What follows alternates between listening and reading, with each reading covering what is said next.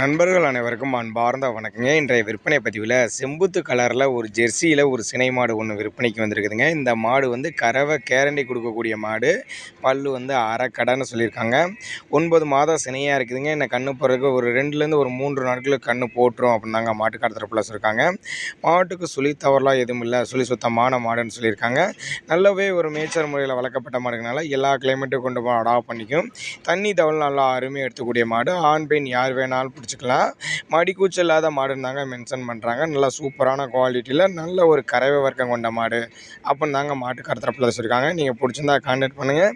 இந்த மாடு இருக்கக்கூடிய இடம்னு பார்த்தீங்கன்னா சேலம் மாவட்டத்தில் தான் இருக்குது. சேலத்தில் இருந்தால் டிரான்ஸ்போர்ட் தமிழ்நாடு பூரா அரேஞ்ச் பண்ணி கொடுத்துறேன் அப்படின்னு தாங்க மாட்டுக்கார தரப்பில் தான் சொல்லியிருக்காங்க. நீங்கள் பிடிச்சிருந்தா கான்டாக்ட் பண்ணுங்கள்.